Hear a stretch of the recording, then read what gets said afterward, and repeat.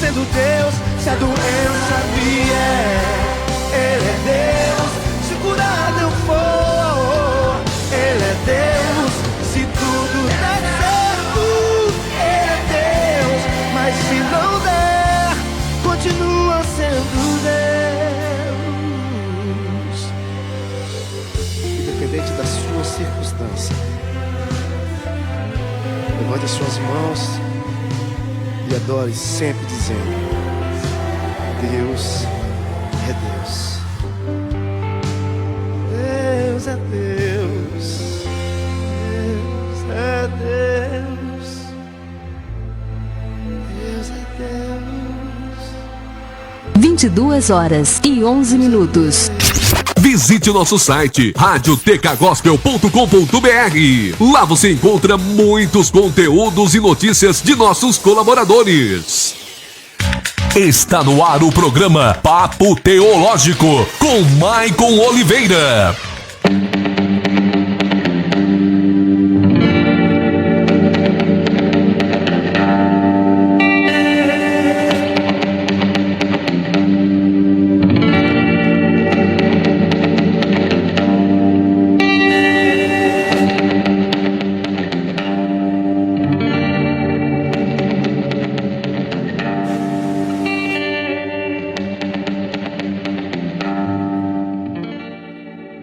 Boa noite a todos vocês que estão ligadinhos aí na Rádio Web TK Gospel.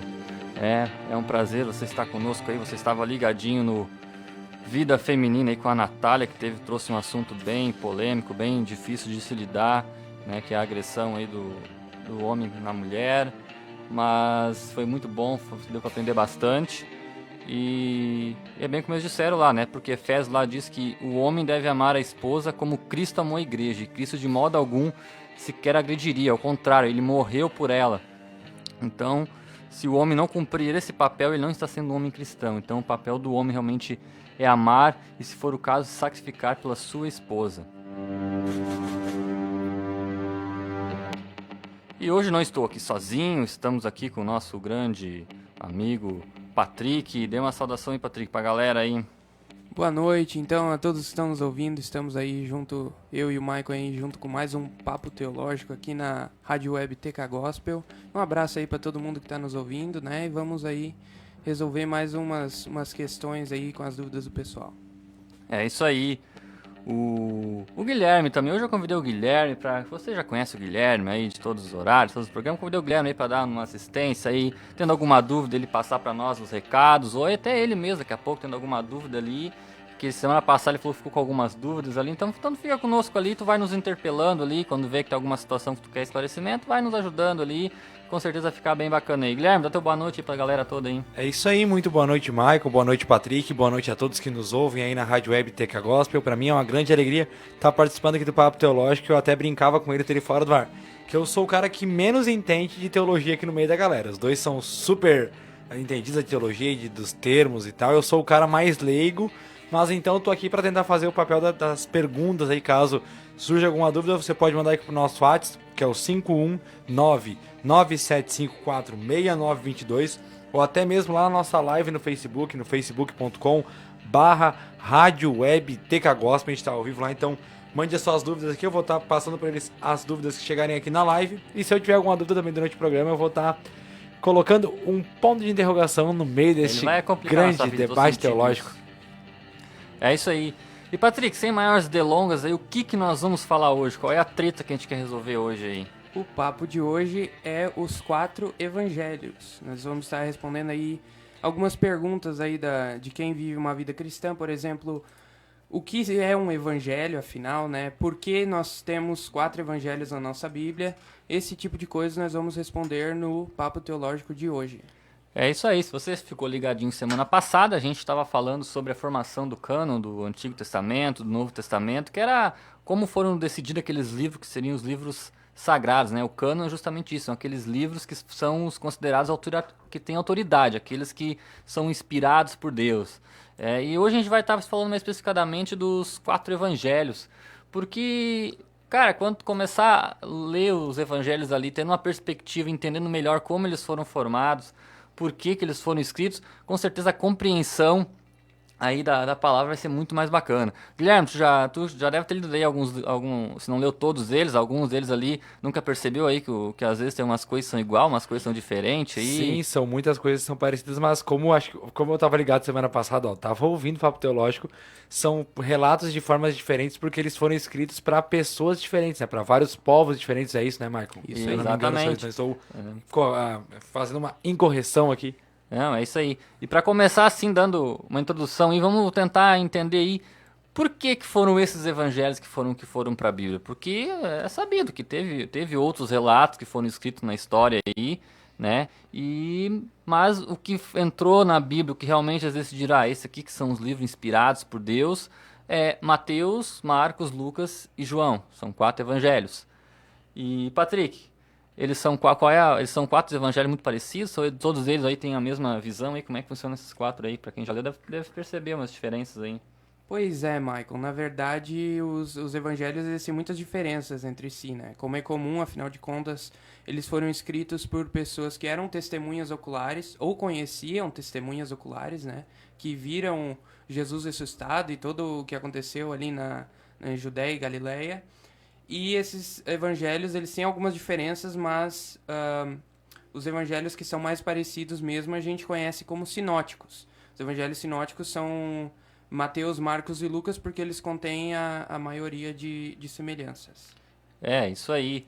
Então, se você já sentiu aí qual vai ser o tom do programa de hoje aí, se você quiser deixar seu recado, seu abraço, sua pergunta aí, mande para o 997546922. Você pode também baixar o aplicativo, você pode ouvir pelo site. Então aí participa conosco aí, né? Manda o seu abraço, sua dúvida, se você tiver aí. Compartilha o vídeo aí para você que está no Facebook aí, compartilha para mais pessoas poderem estar assistindo. E no caso aí no Facebook ouvindo, nós estamos só com o nosso áudio lá.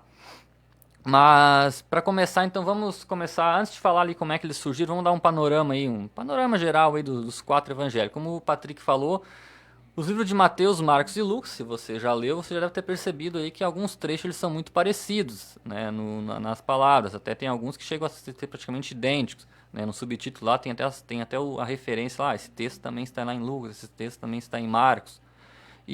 Mas esses evangelhos foram escritos de formas, porque a gente tem que entender que a Bíblia, ela é um livro inspirado por Deus, mas antes de tudo ela é um livro. É bom, importante lembrar, né, o que é evangelho, né, porque os evangelhos, o que é evangelho? Evangelho significa do grego boas novas, uma boa notícia. É um gênero literário aí que entrou na Bíblia no Novo Testamento, porque ele mistura um pouco de narrativa, um pouco também de poesia, parábola, e esse é que ele entrou. E o primeiro evangelho, né, que nós temos na ordem ali, é o evangelho de Mateus. O evangelho de Mateus aí, Patrick, o que tu tem para nos dizer de evangelho de Mateus? Quais são as curiosidades aí interessantes dele que tu nos pesquisaste para nós aí? Pois é, né? O evangelho de Mateus, ele é o primeiro evangelho que a gente encontra no Novo Testamento. Não necessariamente tenha sido o primeiro. Exatamente, não foi necessariamente o primeiro a ser escrito. Mas o evangelho de Mateus, assim como todos os outros evangelhos, ele não tem um autor específico. Daí o pessoal pode estar perguntando, tá, mas tem o nome do cara bem ali no título. Mas a gente não sabe assim da história com certeza quem escreveu. A tradição cristã mais antiga e confiável que a gente tem é que foi escrito pelo ex-publicano Mateus, né, que abandonou a sua profissão para seguir Jesus. Mateus aí também conhecido como Levi na tradição cristã, e é provável que ele tenha sido o autor deste evangelho. Porque aquele título que vem ali, Evangelho segundo Mateus, aquele título ali, ele não veio originalmente no texto do texto original. Isso é colocado depois. Como é que a gente sabe disso? Porque os cristãos primitivos, que tinham um contato mais próximo da fonte, né, vem passando e vem dando autoridade sobre aquele livro como sendo de Mateus, que são aqueles eventos mais próximos, e é um consenso na igreja cristã ali que esse livro realmente é de autoria a Mateus. Para você ter uma ideia, ele foi escrito... A datação na Bíblia é muito difícil ter, mas, digamos assim, de forma majoritária, assim, a maioria dos teólogos, assim, eles entendem que ele foi escrito entre 45 e 55 depois de Cristo. Como o Patrick falou, era um discípulo de Cristo, né, um ex-publicano. E aí que está, o público-alvo de Mateus, quando ele escreveu o Evangelho, ele tinha o objetivo de escrever para judeus. Ele estava preocupado, né, em tentar mostrar para os judeus que Jesus Cristo, ele era o rei, ele era Deus. Então, se você perceber, ele é um livro mais com termos judaicos. É ele que tem o Sermão do Monte na íntegra, que faz muitas referências à lei de Moisés, porque justamente Mateus quer tentar mostrar onde Jesus se encaixa nas profecias do Antigo Testamento, para eles poderem, os judeus, entender que Jesus Cristo ele é o Messias prometido. Tanto que Mateus começa com a genealogia, ele vai trazendo a genealogia de Cristo até Davi, para mostrar, ó, Jesus Cristo ele é o filho de Davi, ele é o Messias. E toda a narrativa de Mateus ele vai muito focado em tentar apresentar para os judeus, tanto que você vai ver termos lá judaicos que Mateus não se preocupa muito em explicar, algumas tradições judeus que Mateus não se preocupa em explicar, porque ele presume que o público dele isso aí já sabe, então ele já entra direto no texto, não é isso aí, Patrick? Isso mesmo. Então ali, né, Michael, já na genealogia ali de Jesus, nós já temos algumas referências específicas para os judeus, né? Que no caso é o pessoal que leu ali em Mateus, no início de Mateus, viu que tem as 14 gerações de Abraão até Davi, de Davi até o exílio babilônico e do exílio até Jesus, né? Esse número 14 para os hebreus antigos, ele era associado com o nome de Davi. Então é mais uma conexão feita aí por Mateus com Jesus Cristo. É, isso aí. Então, quando você lê o livro de Mateus, você já vai perceber aí uma perspectiva a mais que fala do rei, fala do reino, para justamente essa questão ampla de mostrar que Jesus Cristo ele era o rei que há de vir, né, tendo essa autoridade sobre toda a terra, para realmente mostrar para os judeus que tinham uma dificuldade, tanto que tinham dificuldade que crucificaram ele, né, de entender isso. Então, Mateus se propõe a escrever para esse público, né? E o interessante é que Mateus era justamente um publicano, né? Alguém que era bem, digamos, não era muito bem visto pelos seus companheiros, porque ele trabalhava pro Império Romano e então tinha essa dificuldade. Mas Mateus acabou se convertendo, ele se arrependeu e Jesus o acolheu sem nenhuma restrição, né? E Mateus depois é uma testemunha ocular e nos presenteia com um belo relato, numa perspectiva aí mais para os judeus. Então, se você ler o livro de Mateus, você vai perceber essa característica. E depois, mais pro final, a gente vai fazer até uma ligação que a própria quadrangular, né, Milagre? Nós temos as 4 cores lá, ela tem uma referência com os livros, até ela estudando ali, realmente as referências são bem de acordo com o propósito. Os 4 evangelhos é bem conectado. Isso, dá até um outro tema, porque tem a visão de Ezequiel lá, dos 4 rostos, que tem todo um simbolismo de cada rosto, cada um, e Mateus na quadrangular ele é representado pela águia, que seria a cor roxa, que é o rei, né, o rei que há de vir. Então é bem interessante.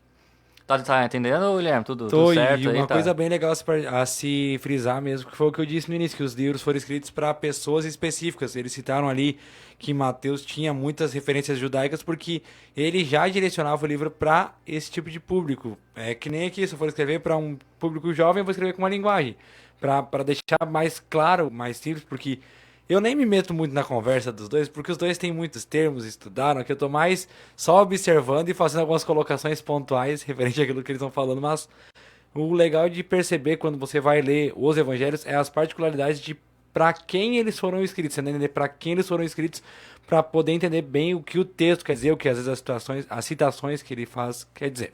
Para mim é isso. É isso aí. E agora tem a pergunta que querem saber, quem veio primeiro, ovo ou galinha? Porque a pergunta é, quem veio primeiro, Marcos ou Mateus? Hein, Patrick? Olha, Michael, assim, os historiadores modernos, eles datam Marcos mais cedo do que Mateus. O que eles apresentam é basicamente que Mateus e Lucas tiraram como fonte o Evangelho de Marcos, né? Então, é provável que Mateus tenha sido um evangelho mais tardio. Porque Mateus, Marcos e Lucas, eles têm muitas passagens. Interessantemente que todos os versículos que estão em Marcos, ou eles são encontrados em Mateus, ou eles são encontrados em Lucas. Então, Marcos não é uma... Aí, Marcos, ele tem algumas relatos como testemunha ocular e outras provavelmente com auxílio de Pedro, porque ele era um discípulo de Pedro, né? Marcos, ele provavelmente, aí tem uma discussão, mas eu particularmente creio que Marcos realmente veio primeiro no livro, também a datação aí de 45, 55 depois de Cristo. Ele era um discípulo de Pedro, sobrinho de Barnabé, até Marcos é o cara das tretas, né? O Marcos deu uma treta lá com Paulo, porque eles foram com Paulo até um certo tempo da viagem, e depois Marcos resolveu, acho que viu que o tranco era meio grande, resolveu voltar. Aí na outra viagem, aí Barnabé, seu tio, queria levar o rapaz junto. E aí Paulo disse, não, agora não vai junto. Foi uma vez e voltou, agora não vai. E aí, rapaz, deu uma treta lá que Paulo e Barnabé não conseguiram se entender. Então, desde a igreja primitiva tinha as tretas já, né? Não, Paulo deixou a galera na mão, aí voltou. Marcos deixou a galera na mão. Troquei. É que eu tô aqui, pode ver, que eu tô trocando até os nomes aqui, a gente tá tentando, eu tô me Então, adequando então esse Marcos aí que escreveu o evangelho. Mas, só pra não deixar o rapaz em más mãos nem Paulo, lá depois de algumas cartas, Paulo ele menciona Marcos e agradece pela cooperação e diz que ele é muito útil. Então, depois Paulo se entendeu novamente com ele e Marcos era alguém que andava mais junto com Pedro. Então... E provavelmente se crê que Marcos era um dos 70 discípulos. Se você talvez não sabe, né? Além dos 12 apóstolos, tinha várias pessoas que andavam com Cristo ali, mas os apóstolos eram os 12 mais achegados, eram aqueles que teriam a missão de propagar o evangelho. Mas tinha vários discípulos ali junto, e provavelmente Marcos ele era um desses. Inclusive se pensa que a ceia de Cristo foi na casa de Marcos. O que tem, Patrick, sobre Marcos aí? João Marcos, né? Seria o nome completo Isso, dele. na verdade, assim como o nome João no Novo Testamento, a gente encontra vários Marcos, né? Tem um Marcos, o João Marcos, e tem o Marcos o Evangelista, que de acordo com a tradição foi o que escreveu esse evangelho, né? Alguns dizem que é a mesma pessoa, que são pessoas diferentes. A gente não sabe.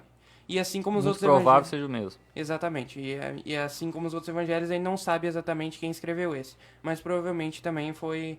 O João Marcos, ou Marcos Evangelista, foi um desses Marcos aí. E como ele era como ele era discípulo de Pedro, Pedro era uma testemunha ocular, então provavelmente muitos dos fatos ali narrados foi pro Pedro. E Marcos já é bem diferente de Mateus, né? Sim, Marcos ele tem um público completamente diferente. O público dele ele tá escrevendo para romanos, né? Mudamos o público-alvo, então. Mudou totalmente o público-alvo. Os gentios em geral, né? Os romanos, gregos, de todas as partes do mundo, que não são judeus. E aí Marcos a gente fala assim, ó, se você pegar o primeiro capítulo de Marcos e ir até o final, rapaz, você fica até sem fôlego.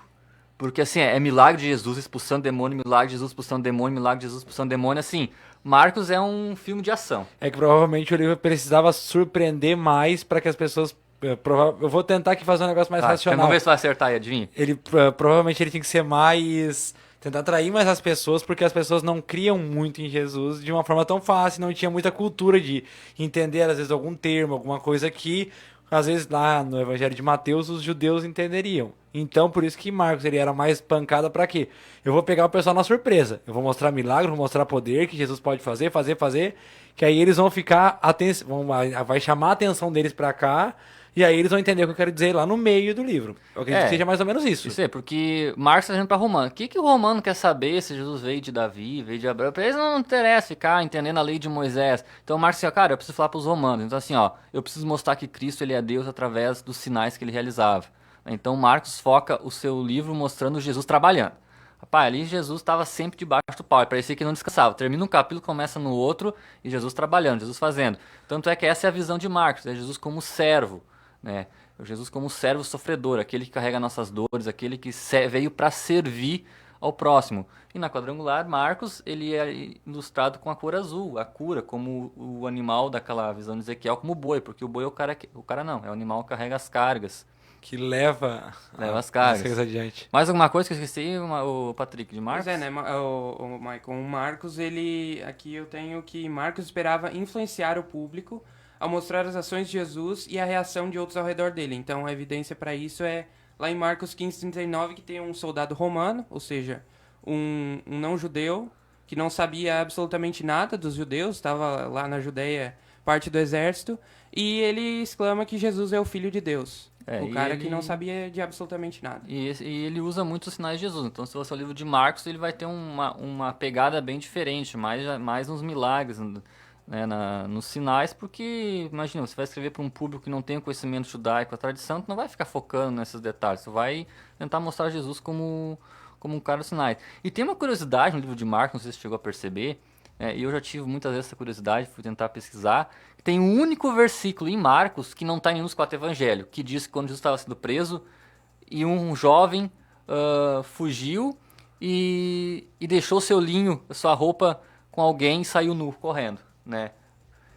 Cara, a explicação mais assim teológica tem de que ali talvez Marcos deixou seu registro. Talvez esse jovem que ao fugir deixou essa roupa para trás e foi um peladão correndo pelo Israel de noite, era o próprio Marcos, né? Um jovem. Por quê? Porque justamente a ceia de Jesus provavelmente foi na casa de Marcos. Então Marcos estava próximo à sua casa, provavelmente ia ter saído com um tecido mais tipo assim, tipo um roupão nos dias de hoje. E é curiosidade, porque vem o texto todo correndo ali, então, a história da crucificação, Jesus preso, e aí vem assim, entre os que fugiram, um jovem, ao ver um guarda, ele deixa a sua roupa e sai correndo nu, né? E depois volta. Então, assim, a lógica é que provavelmente esse jovem era o seu Marcos. É uma visão muito particular, né? Uma coisa que parece uma coisa como que assim, ó, gente, tudo que eu escrevi Jesus, assim, ó, mas só vou deixar um detalhezinho meio assim, ó. Eu era o peladão que tava correndo lá. Provavelmente que se disfarçar, sei lá, o que ele pensou na hora que ele fez isso. Não, ele ficou com medo, a Bíblia fala, né, que todos os discípulos fugiram, né, ele provavelmente ficou com medo, mas talvez alguém não agarrar ou querer segurar ele, acabou ficando Puxou com a roupa e ele foi. E como ele estava ali próximo de casa, provavelmente ele não saiu com muitas mudas de roupa, saiu com uma roupa só cobrindo e aí saiu... E eu quero até aproveitar, Maicon, a transição aqui para mandar um abraço com nossos amigos Josias e a Marta estão nos ouvindo lá, então forte abraço ao Josias e a Marta e aos filhos, né, então... Deus abençoe vocês. Só para que aí a gente aproveite o momento de transição entre 2 evangelhos e os próximos 2, que agora a gente vai com qual, Michael? Isso, agora a gente vai para Lucas, mas antes eu vou tocar uma... Hã? Não entendi, Patrick. O Patrick dizendo que não acabou Marcos, então fale sobre Marcos. Tem mais Marcos? Tem mais Marcos ainda. Tem mais de Marcos, não então acabou. Vai. Marcos é realmente um evangelho bem curioso, porque o final de Marcos, ele foi adicionado, sabia disso, ô Guilherme? O final de Marcos, na verdade, o original, ele acaba no versículo 8 ali, capítulo 16, versículo 8. Mas se vocês forem pegar a Bíblia e abrir em Marcos 16, vai ver que acaba no versículo 20. Então, a questão é que Marcos, ali, os manuscritos mais tardios foram, essa parte do versículo 9 ao 20 foi adicionado por escribas mais tardios, né? E que fala ali, né, que quem é servo de Cristo mesmo, seguidor de Jesus, vai tomar veneno e não vai morrer, vai segurar cobras, não serão picados, coisas assim. Isso foi adicionado, na verdade não fazia parte do original. E muitas Bíblias dizem, a Bíblia foi adulterada, não. Tanto que as Bíblias trazem essa observação embaixo, né, que geralmente as Bíblias que tem rodapé vão dizer o versículo tal, não se encontra no texto original. Então a Bíblia ela foi muito clara em dizer que esse texto está em várias cópias, mas ele não foi encontrado no original. Por que ele foi adicionado? Talvez para dar um fim ao versículo, ou porque talvez alguém ouviu Cristo falar e aproveitou, complementou, mas a Bíblia sempre deixa muito claro, quando tem alguns versículos que não estavam no original, a Bíblia sempre tem a nota de rodapé dizendo que esse versículo tal, às vezes está entre colchetes ali, então quando você vê um versículo entre colchetes na Bíblia, é porque essa dúvida se esse versículo estava no pergaminho original ou não. Então a Bíblia ela é muito fiel até em deixar essas lacunas ali, explicar. Pois é, né, Michael, é possível que Marcos não tenha terminado de acabar o evangelho. O rapaz estava tão animado, escrevendo ali, que esqueceu de terminar o livro. Foi até o 8, só que o planejamento era até 20 e ele foi até o 8 e aí, largamos. Pois é, né? É possível que ele não tenha acabado o evangelho, é possível que o final tenha se perdido, né? Pode ser também. A chance de que o final tenha sido outro. Mas o mais provável que tenha acontecido é que Marcos acabou de propósito ali, com a ressurreição de Cristo. Porque ele queria, assim, dar um ar de mistério, né? O que acontece agora? Jesus ressuscitou, e agora o que vai acontecer? Era isso. É isso aí. Mas é bacana, isso aí é pra gente ver que eram pessoas comuns que escreveram isso, né? Não era alguém, como a gente falou semana passada, tem gente que acha que no Novo Testamento alguém sentou e resolveu contar uma história toda mirabolante. Não, era a gente que escreveu do jeito deles, não eram escritores, né, grandes profissionais. Então, assim, eles escreviam meio sem ordem, sem pé ali, o negócio era relatar. Tanto né? que a gente, por isso, acho que a parte que mais prova que não foi uma coisa armada é que cada um tem a sua particularidade na escrita. A gente consegue ver vários detalhes diferentes, porque se fosse algo armado, teria pelo menos alguma semelhança no modo de escrever, no modo de contar a história, ou algumas palavras que iriam se encontrar. Mas ali não, mesmo que os versículos sejam semelhantes, para não dizer os mesmos, semelhantes, eles têm as suas particularidades devido ao público-alvo, devido à forma de contar e devido à visão que cada um teve, sendo testemunha ocular do fato, ou até mesmo uma pessoa que conhecia uma testemunha ocular, pelo que o Patrick citou no início. Então, eu acho que é o que nos deixa bem claro que não tem como ser uma obra de ficção, uma coisa que foi tão bem relatada e tão particularmente relatada por várias pessoas, né?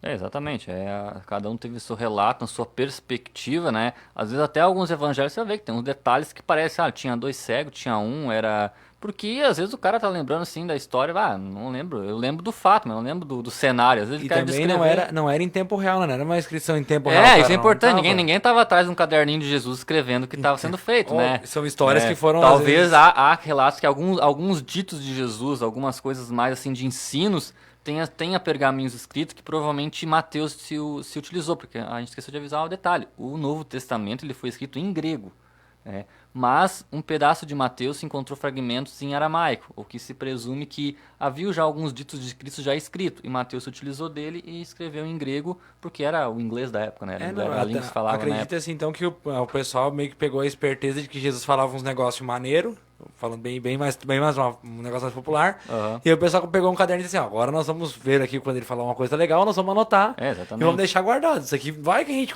precisa em algum momento. E é sempre bom lembrar que no Antigo Testamento os judeus tinham uma tradição oral muito forte, né? Então assim, eles chegavam a decorar leis simplesmente em memória e manter essa fidelidade na transmissão. Até porque quando Jesus fala para os discípulos, né, ele sobe, aguardeis que eu vou voltar, os discípulos achavam, vamos pregar que semana que vem Jesus está voltando, né?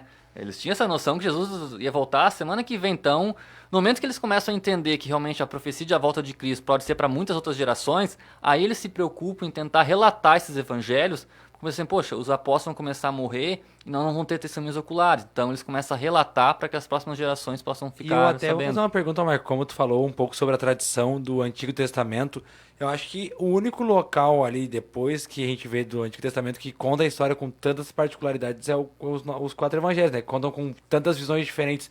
Porque lendo a Bíblia, a gente vê que do Antigo Testamento ele tem um texto mais ou menos meio parecido, o pessoal mais ou menos escreve com... Claro que algumas coisas com visões para públicos A, B, C, mas com 4 textos que são mais ou menos semelhantes para públicos diferentes, acho que é mais nos 4 evangelhos mesmo, né? Até porque o Novo Testamento praticamente ele foi escrito em intervalo de 60, 70, acho que no máximo 100 anos, enquanto o Novo Testamento ele foi escrito aí em quase 1000 anos. Então a proximidade dos eventos foi muito maior. E no Antigo Testamento era muito... Tinha os reis, foram muitos escritores escrevendo sobre assuntos diferentes. Nos Evangelhos teve essa preocupação. Que até a gente vai ver em Lucas, que Lucas relata ali daqui a pouco, que quando ele escreveu o livro, disse que já tinha muitos relatos sobre a vida, mas que ele pesquisou minuciosamente. Mas antes de nós entrar... Marcos era isso então, Patrick? Tinha mais uma coisa que faltou? Eu cortei então, Patrick de Marcos. Vamos de música aí para tomar respirar um pouco aí. Já a gente volta aí para continuar com essa papo bacana aí.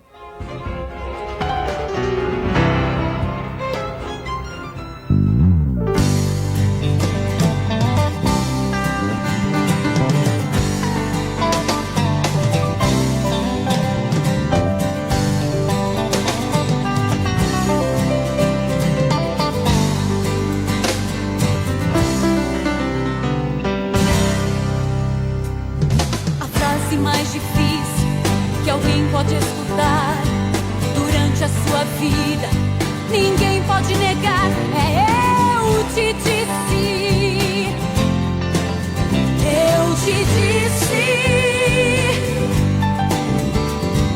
a terra está tremendo, o chão está movendo, o vento está mudando e a Bíblia vai dizendo, eu te disse. Te disse, são grandes terremotos, tufões e furacões, o mar vindo pra cima e a Bíblia vai dizendo, eu te disse, eu te disse. A história humana mostrou que há um livro que é vencedor, é a própria palavra de Deus que nos diz, ainda tem solução. Eu te disse, eu te disse,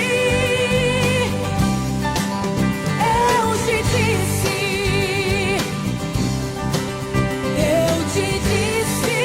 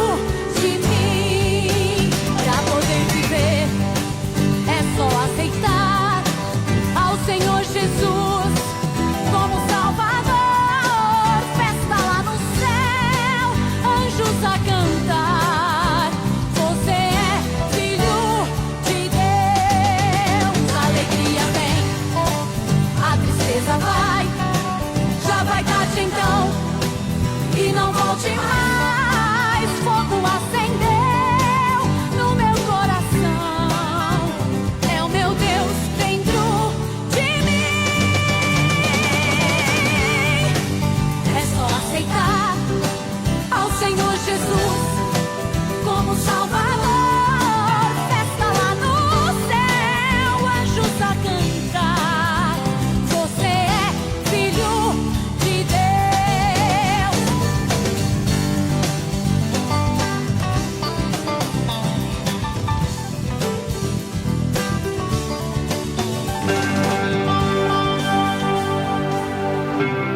Acompanhe nossa programação baixando o aplicativo Rádio Web TK Gospel na Play Store.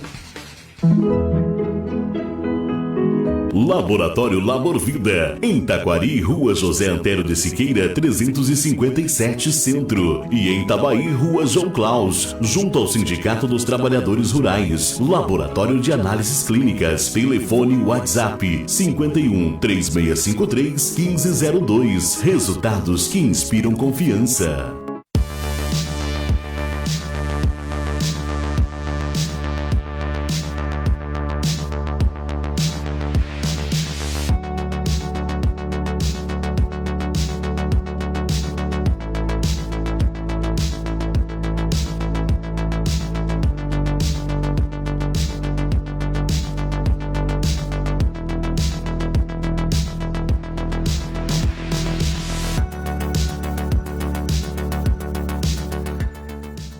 É isso aí, estamos de volta aí com mais outra parte do programa aí, né? Lembrando aí você aí o nosso site radiotecagostel.com.br para você acessar, tem conteúdo lá bacana, você pode ouvir a rádio por ali também. E o nosso WhatsApp aí, 99754, ó, pitou ele agora aí, 6922 aí, para deixar seu recado, talvez seu abraço, talvez sua dúvida ali, que é que a gente estamos falando hoje sobre os evangelhos, né? A formação dos 4 evangelhos, falamos aqui de Mateus e Marcos. E vamos continuar aqui agora com o Evangelho de Lucas aí, que é o Lucas é o cara, Guilherme, do TCC. O Lucas, ele foi o cara que fez o TCC do Evangelho da vida de Cristo aí. Explica aí, Matrick, por que o Lucas foi o cara do TCC aí? Então, esse Evangelho de Lucas aí, como todos os outros, também tem um autor anônimo, mas acredita-se que foi Lucas o evangelista que escreveu esse Evangelho. E Lucas, na verdade, a tradição tem que ele era médico, né? E ele era companheiro de Paulo. Né? Então ali a gente já começa no Evangelho de Lucas com ele falando para alguém chamado Teófilo, com o título de Teófilo. Né? Esse a gente não sabe quem era esse cara, se era algum procurador romano, talvez algum advogado que estava ali com Paulo, era algum romano ali que Lucas talvez até encomendado pelo próprio Teófilo, né, o livro. Eu acho que tenha sido realmente um advogado, porque ele fala ali, né, ele menciona que Pilatos e Herodes consideraram Jesus inocente, né? Então é provável, afinal de contas, se Jesus é inocente, Paulo também é. Então eu acho sim que pode ter sido um advogado de Paulo. Faz sentido. Por isso, é coisa que a gente lê e passa despercebido. Às vezes em detalhes a gente começa a perceber por que o cara lembrou que o Jesus, né? Porque o público que estava escrevendo tinha esse objetivo. E Lucas nos fala ali que no primeiro, o Evangelho de Lucas é o que melhor dá uma introdução, né? Por isso que a gente brincou, é um TCC, tem até a introdução ali, né? Trabalho de conclusão, pra quem não sabe o que é TCC, né? Trabalho de conclusão de curso ali. Aquele trabalho tem que ser feito bem direitinho, todos os detalhes. E Lucas fala, seu grande Teófilo, né? Eu sei que tem muitos relatos sobre a vida de Cristo, mas eu me empenhei em pesquisar minuciosamente como tudo aconteceu e tentar colocar em uma ordem cronológica, né? Então ele já fala assim, eu pesquisei. Ou seja, Lucas foi conversar com as pessoas. Provavelmente ele conversou com Maria, conversou com João, conversou com Pedro, conversou com o Zezinho, conversou com o cara que foi curado lá, né? Lucas foi o cara que pesquisou o negócio mesmo. E quando Lucas pesquisou, uma dúvida, eu vou começar a fazer as dúvidas. Quando Lucas escreveu o evangelho dele, já haviam sido escritos os evangelhos de Mateus e Marcos, ou só Marcos, que eu vi que a gente também falou sobre... o evangelho, a majoritária diz que o evangelho de Marcos e Mateus já tinham sido escritos e que Lucas e Mateus utilizaram Marcos.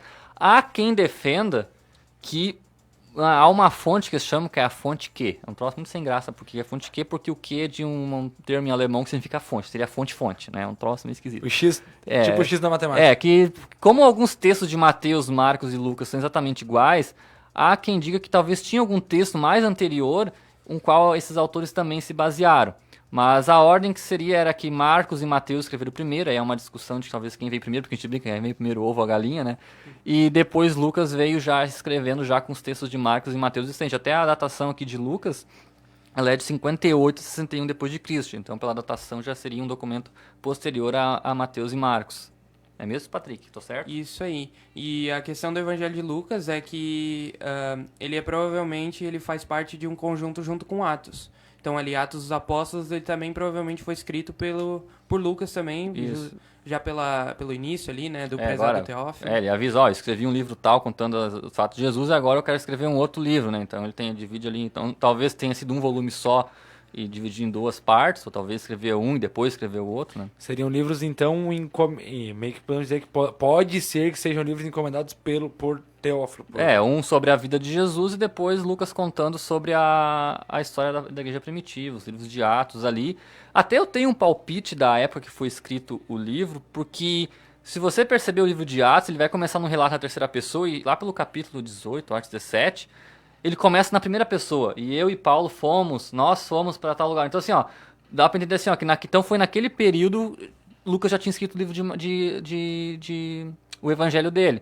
Então por isso que é um livro ali que talvez foi escrito antes mesmo da morte de Paulo, ou seja, foi durante a viagem dele ali, já tinha escrito alguma coisa. Para mim essa questão de Lucas e Atos ser só um volume só reforça a questão de que Teófilo é um advogado de Paulo, né, na verdade, porque ele relata primeiro a história de Jesus, o que Jesus passou, e daí depois conta a história dos apóstolos, o que eles fizeram depois da ressurreição de Jesus.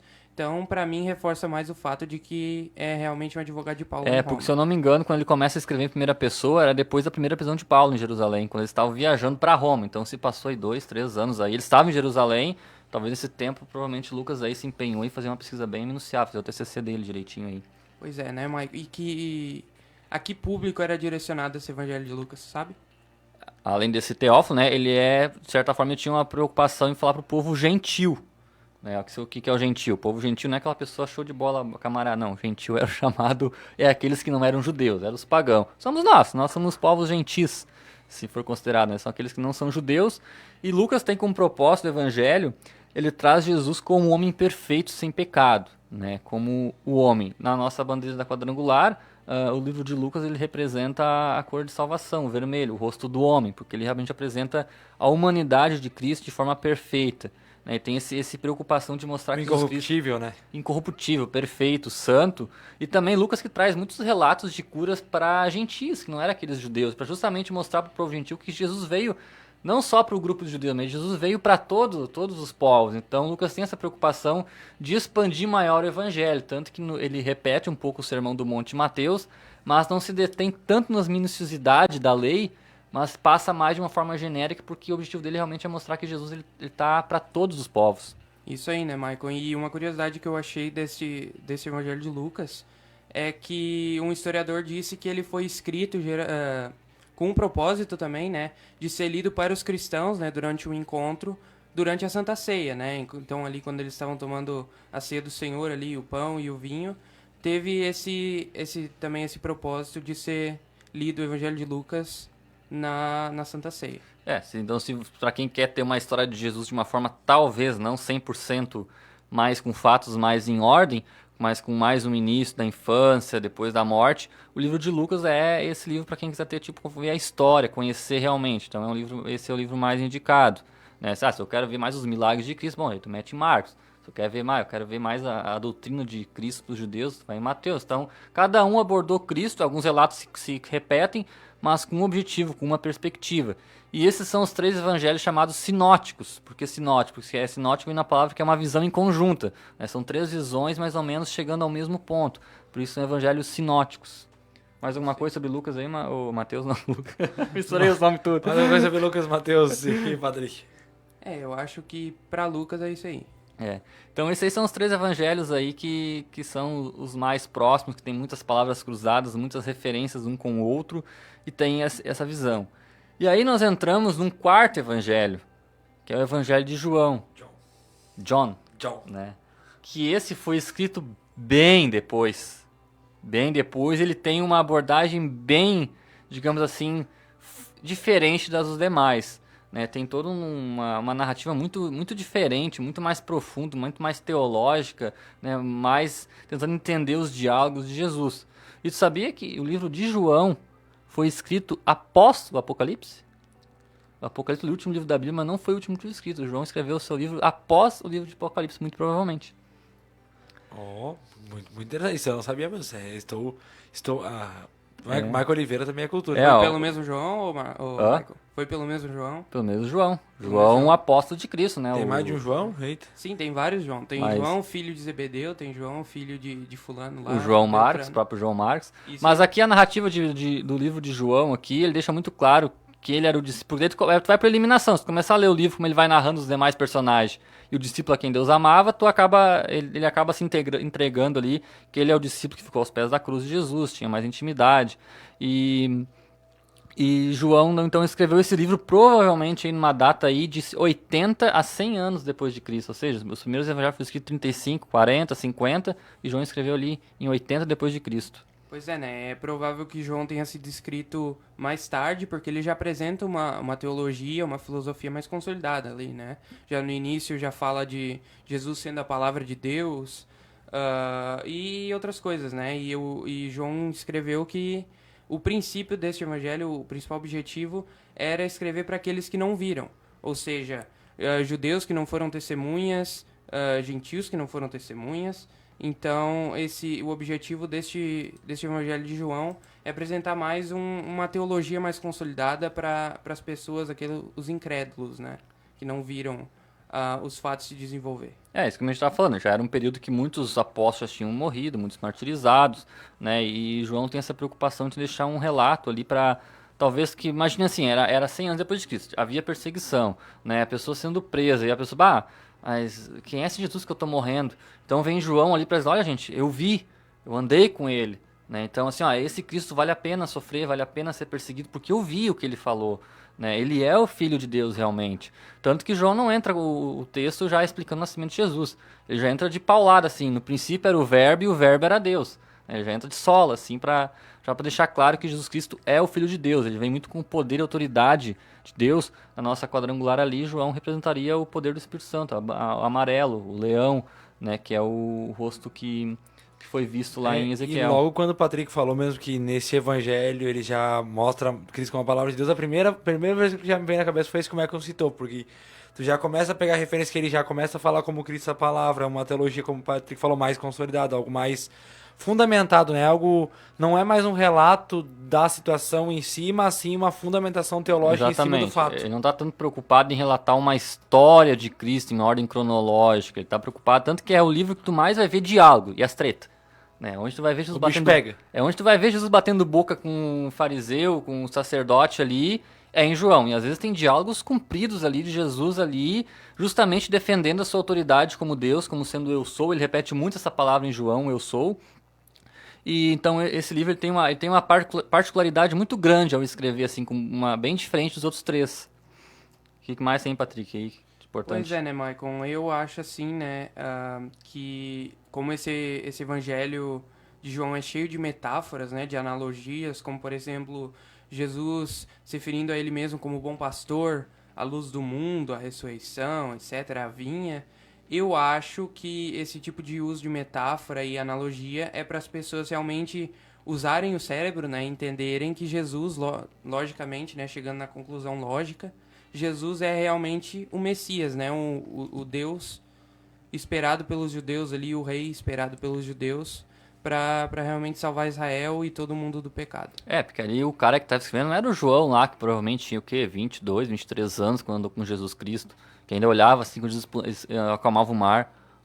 Quem é esse que acalma o mar, né? Então assim, já era um João com 70, talvez 60, 70 anos, já com todo o entendimento, conhecimento, tanto que ele é o cara que geralmente vai lendo, quando Jesus fala assim, derrubai esse templo, eu reconstruí em 3 dias, João fala, eles não entenderam que Jesus está falando de si mesmo. Provavelmente na época nem eles entenderam, Mas depois eles começaram a compreender. Então, assim, ó, né, é um evangelho muito mais profundo, porque já tem uma consolidação da fé cristã. Os apóstolos já entenderam o propósito de Cristo, já entenderam muitos dos seus ensinamentos. Então, assim, ó, é um livro que ele vem muito mais explicado. Tanto que tem o Bom Pastor, né? Ele, a partir do capítulo 13 ou 14, praticamente, ele só relata as últimas noites de Jesus, todo aquele diálogo, né, entre a ceia e a crucificação. É João que relata, então ele traz muitos ensinamentos que Jesus mostrou, o que foi feito no íntimo. Então, só realmente alguém que foi muito íntimo de Cristo para poder nos relatar com tanta clareza, assim, tanta profundidade o que Jesus fez naquele período. E quem viu meu stories lá no meu Instagram, lá, fazendo propaganda agora, o @MaiconTK10 lá, eu coloquei uma fotinho de um papiro, né, o papiro mais antigo que nós temos, que está no Museu Britânico, que ele é do Evangelho de João. Né, ele é um fragmento ali que tem uns 7 versículos do Evangelho de João, e é uma relíquia, porque ele tem uma data, sabe de quanto? De mais ou menos 120, 130 anos depois de Cristo. É a cópia mais antiga que a gente tem inúmeras cópias, mas essa é o fragmento mais antigo. E aí por aí já tem uma base de uma data, porque se esse papiro foi encontrado lá no Egito, então tu imagina, assim, 110 depois de Cristo, 120, já havia cópias do Evangelho de João lá no Egito, então é que provavelmente já foi escrito bem antes. Então ele provavelmente por volta de 80, né? E aí como fazer ali do templo de João, então. João, ele é apóstolo, ele vai morar em Éfeso, ele não mora em Jerusalém, ele vai exilado para a ilha de Patmos, né, onde ele tem a revelação de Apocalipse, onde ele escreve o livro de Apocalipse. Ele retorna para Éfeso e aí então ele escreve o livro de João, né, o seu evangelho. E é ele quem cuida da mãe de Jesus até a morte, né, provavelmente também em Éfeso, né, lembrando que quando Jesus estava na cruz, Jesus olha para João, eis aí a tua mãe, mulher, eis aí o teu filho, né, e ele mesmo explica, e a partir daquele dia o discípulo a tomou como sua mãe, né? Então, assim, para te ver a preocupação de Jesus, né? Ele veio com um propósito, não era para ser um filho aqui humano, mas ele nasceu de Maria, então assim, ele se preocupa e diz assim, João, tu é talvez por isso que foi o último apóstolo a morrer, né? Porque pela missão que ele tinha de cuidar da mãe dele na velhice, porque ele não estaria mais aqui. Então, João, tu é o cara que vai cuidar da minha mãe, então tu recebe ela como tua mãe, como se tu fosse o filho dela. E João tem esse cuidado ali em Éfeso de cuidar de Maria. O que mais, Patrick, temos aí de João? O Evangelho de João é isso, né, Maicon? É isso, basicamente. Tem mais algumas questões, por exemplo, do uso do número 7 em João, né? É, isso que eu ia falar agora. Isso aí. Que o número 7, para quem não sabe, os hebreus, eles veem o número 7 como o número da perfeição, né? Por isso que, talvez lá em Gênesis, Moisés usou a questão do número 7 para os 7 dias que Deus criou e coisa assim, porque é o número da perfeição, entende? Isso é para mostrar que o mundo é perfeito. Tem também o 7 eu sou, que Jesus falou, né? Que ali entra a parte da luz do mundo, bom pastor. Então Jesus disse, eu sou, e seguido de algo mais importante, né? Algo que ele se referia a si mesmo. Como se fosse títulos. Ele como se estivesse deixando assim, porque o Deus e o hebreu ficava louco com isso, né? Tanto que teve uma hora que os judeus lá Jesus assim, cara, tu tá dizendo que tu conheceu Abraão, tu não tem nem 30, 40 anos, tá dizendo que conheceu Abraão. E ele fala, antes que Abraão existisse, eu sou. Bom, é quase foi apedrejado também na hora, né? Porque justamente João quer mostrar, cara, esse homem ele dizia que ele era o próprio Deus, porque ele era realmente Deus. E outra coisa importante, nesse período de João também começou como é normal, né, até os dias de hoje, começou a surgir algumas heresias, né? E começavam... aí começou as tretas, né? Começaram a ter algumas heresias de pessoal dizendo, chamados gnósticos, né? Que são aqueles caras que até hoje existe aí, que dizem que Jesus Cristo não era tão divino assim, não era tão Deus, né? Ele tinha a parte mais humana, ou também tinha ao contrário, não, Jesus não era tão divino. Jesus não era tão humano, ele era tipo um espírito, um fantasma que andava por aí. Então vinha essas maluquices, e João então se preocupa nesse livro em combater de forma indireta isso, justamente afirmando várias vezes que Cristo ele era homem e era Deus. E se a gente vê as próprias cartas de 1 João, 2 João ali, a gente vê que ele foca muito nessa parte aí de defender. Então, assim, ele foi também um apologeta, né? Aquele cara que já estava defendendo a fé cristã na época das barbarices que vinham surgindo naquele período. É por isso que João é tão profundo teologicamente. Diga, Guilherme. Acho que chegou a hora que a primeira vez que o Patrick não entendeu um termo que tu usou aqui. Que eu e tu entendemos e ele não entendeu. Olha só aqui. O apologeta. Como apologista, não como apologeta. Aí vamos ter uma dificuldade. Não sei, realmente também, desconheço. Mas eu ouço falar um apologista. Também pode ser utilizado, mas, um apologista ou um apologeta. Pode ser, talvez, que eu tenha me enganado, seja um apologeta, né? Pois é, né? E Maicon, a questão de Jesus falar várias vezes eu sou ali, né? Antes de Abraão, eu sou. Várias vezes ele repetindo a mesma frase, que foi a frase que Deus falou para Moisés lá no monte. em Midian, né, que através da sarça ardente, só falou Jesus dizer, eu sou o Deus que vocês acreditam. Porque ele deixou bem explícito ali, né, usando a linguagem dos judeus.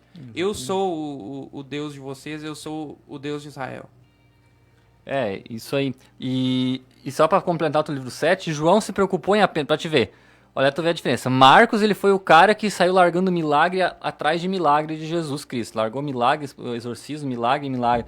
E João se preocupa apenas em relatar 7 milagres, que são as bodas de Caná, quando ele transformou a água em vinho, a cura de um filho de funcionário, a cura de um paralítico, a multiplicação dos pães, o caminhar dele sobre as águas, a cura de um cego de nascença e a ressurreição de Lázaro. Esses foram os 7 milagres que João se limitou a falar. E no final ele mesmo diz, olha, Jesus fez muitos outros sinais que se a gente fosse escrever tudo, não caberiam, né, em todos os livros do mundo, né? Ele faz ali uma hipérbole, ele exagera. Mas estes que foram relatados é para que vocês creiam que Jesus é o Filho de Deus. Então João se limitou a falar 7 milagres. Eu até falei com o Patrick, daqui a pouco a gente pode até meter um programa mais para frente para tentar comentar esses milagres, talvez por que João escolheu esses milagres. É um tema bem bacana aí para escrever. Mas eu acho que de João era isso aí, né, o Patrick? De João é isso aí. Então nós já estamos chegando aí no finalzinho do programa, nós vamos ir para mais um intervalo aí, e a gente volta ali só para fazer o fechamento ali, explicar o porquê então desses 4 evangelhos, por que foram esses 4, por que eles que foram escolhidos para formar ali o Novo Testamento e talvez não outros. Então aí, a gente vai de musiquinha, propaganda aí, e já a gente retorna.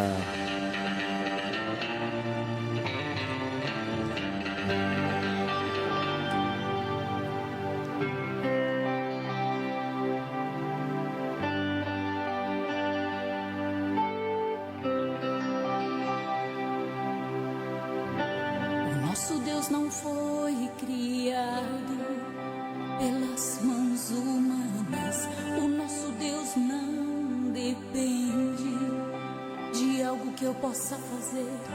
O nosso Deus não precisa crer em mim ou em você, mas somos nós que precisamos crer.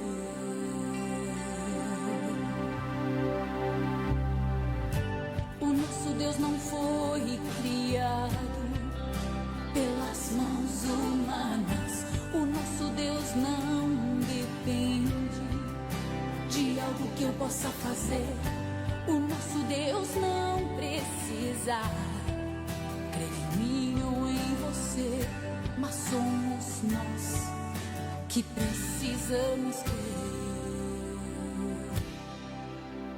O Senhor é Deus, desde o início dos tempos, estava em seu trono, desceu e me salvou. E agora, sempre que eu precisar, sei que posso te chamar, pois no trono tu estás. Somente teu é o poder sobre os céus, a terra e o mar. Somente a tua voz faz a tempestade se acalmar.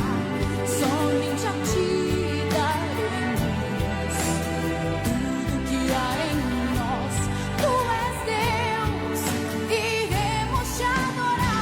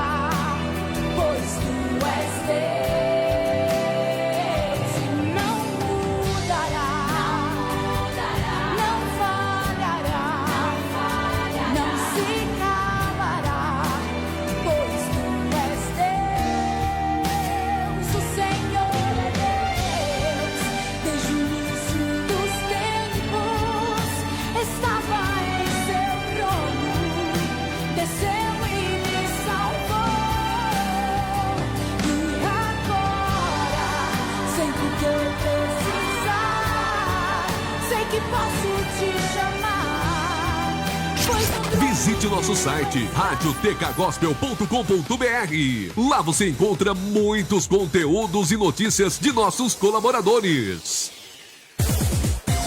Ponto Real. Alimentação, limpeza, bazar, brinquedos, material escolar, artigos para presente e muito mais. Visite uma de nossas lojas e conheça a nossa grande variedade de produtos. Ponto Real, Taquari, na Rua Albino Pinto, 215 e na José Porfírio da Costa, 219, em frente à rodoviária. Também em Camaquã, Rua Zeca Neto, 855, em frente ao Paradão. Ponto Real, o nosso negócio é fazer você feliz. Estampa Brindes, tudo para a sua empresa ou evento. Lá você encontra produtos personalizados de ótima qualidade, camisetas, chinelos, azulejos, canecas, xícaras, copos e muito mais. Mr. Puffs, baús, cabeceiras e puffs sob medidas, qualidade e bom preço. Avenida Lauter Filho, número 79, Taquari, Rio Grande do Sul.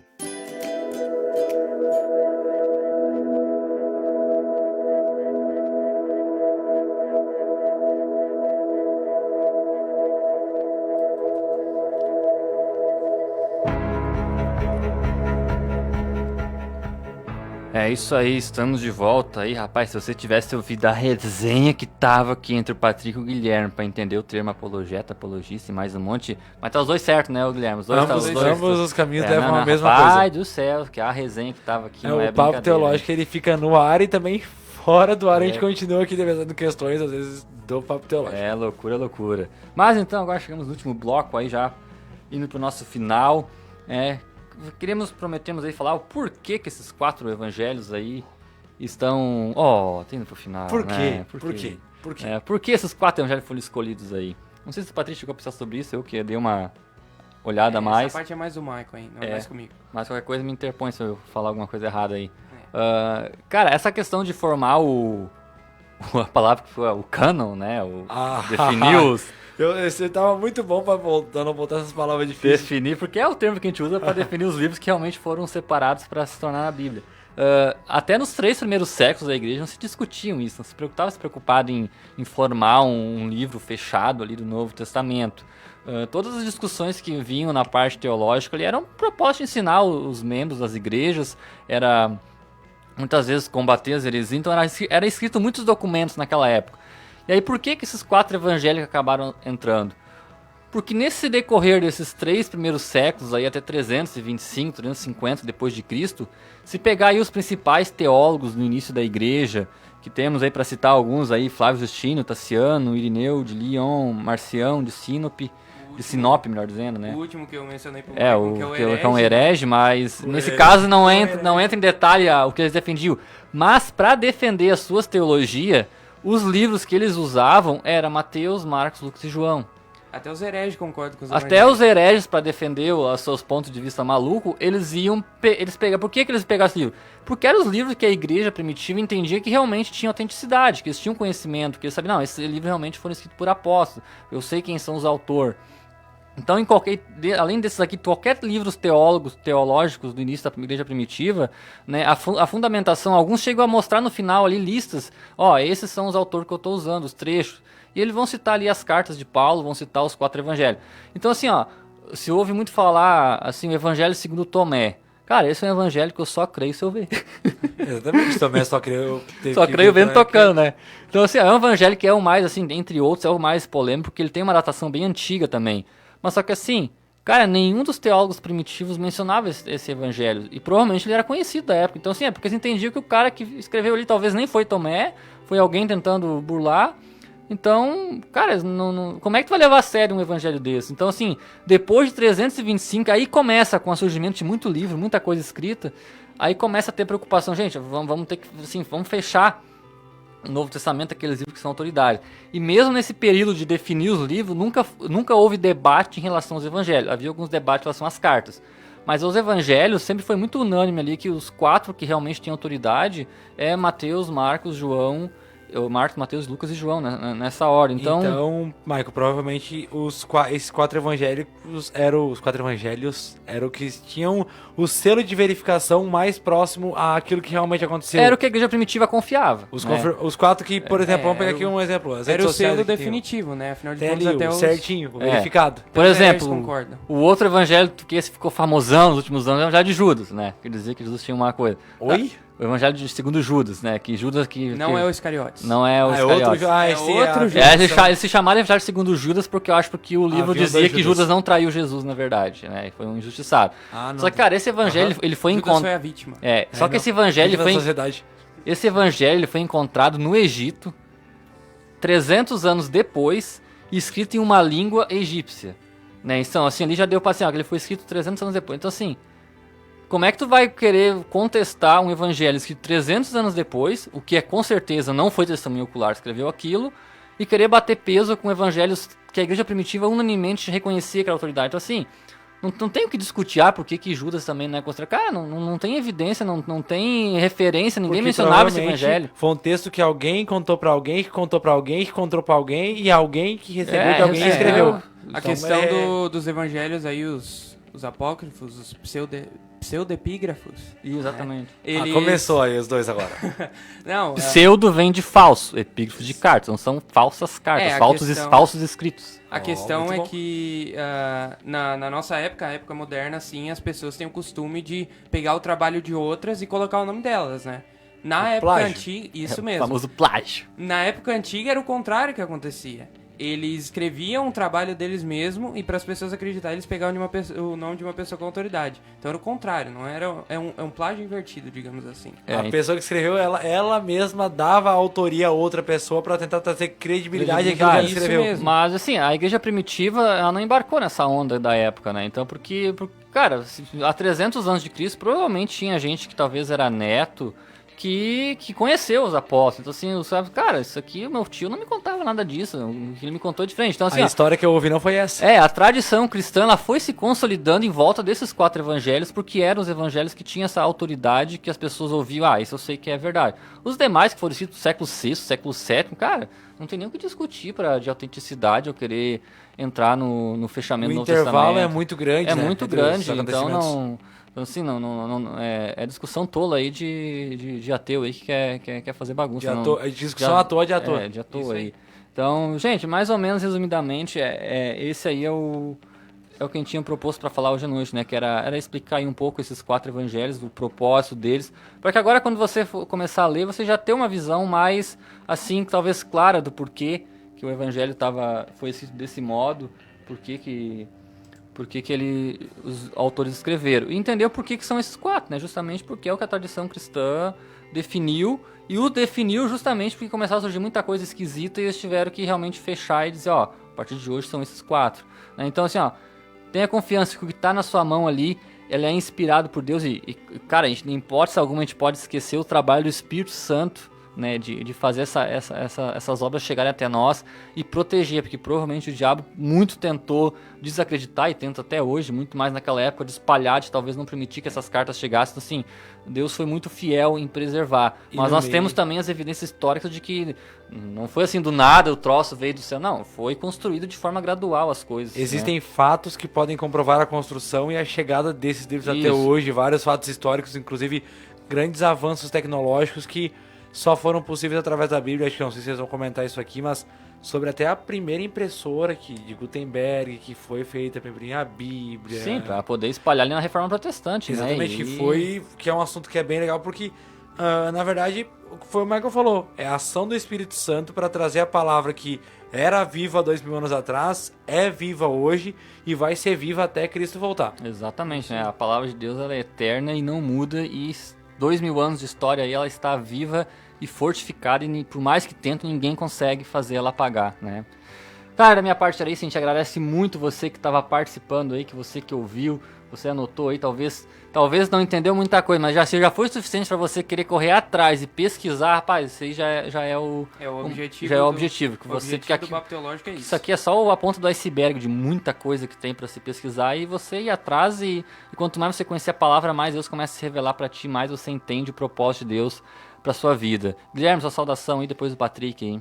Não, da minha parte foi muito legal. Na semana passada eu pude ouvir o programa lá fora, nas área externa aqui do nosso estúdio, eu fiquei acompanhando e participar aqui é muito legal, porque ao mesmo tempo que a gente tá aprendendo, a gente tá aqui conversando, que a gente tá aqui entre 3 amigos aqui, mas ao mesmo tempo a gente tá falando na palavra de Deus, que é muito legal. Então eu espero que tenha suprido as expectativas aí do Michael ao me convidar e... Show de bola, foi show de bola. Muito obrigado aí pela audiência de vocês e da minha parte era isso. Patrick, acho que vai que é tua aí, Tafarel. Isso aí então, né? Mais um programa aí. Dessa vez nós falamos sobre os 4 evangelhos, né? Então, agradeço ao Michael aí pelo convite mais uma vez, né? Foi um prazer estar aqui com vocês para explicar mais pro pessoal. E semana que vem, nesse mesmo horário, nesse mesmo canal, nesse mesmo dia, temos mais um Papo Teológico. Se você quiser deixar alguma sugestão aí, algum assunto que você queira que entre na roda aí, mande pro nosso WhatsApp aí, 997546922, nos comentários do Facebook, e deixa a sua sugestão aí que a gente vai ser uma alegria poder pesquisar e se orientar. Como eu falei semana passada, não somos teólogos, mas somos gente aí que gostamos de pesquisar e eu considero que futuro teologia... teólogo aqui. O Patrick Patrick tem o vai sonho. ser Eu o também futuro ainda teólogo. quero futuramente fazer um curso de teologia no devido Eu tempo. acho que é só eu que sou mesmo sou o Mas intruso da o objetivo questão. disso tudo é O leigo transmitir aqui. conhecimento, né? O jornalista da questão. É transmitir conhecimento, então que você possa ser enriquecido pelo conhecimento. Uma boa noite pra você aí, fique ligado na nossa programação amanhã de manhã, 6 horas da manhã, cedinho aí, já tem a Roda de Galpão, meio-dia, tem o nosso amigo Guilherme aí, 11h30, eu confundo, Guilherme. Ele sempre terá o horário do meu programa. É 11h30 aí, a hora da informação com o Guilherme. Então um abração pra você aí, que Deus possa te abençoar e até a próxima.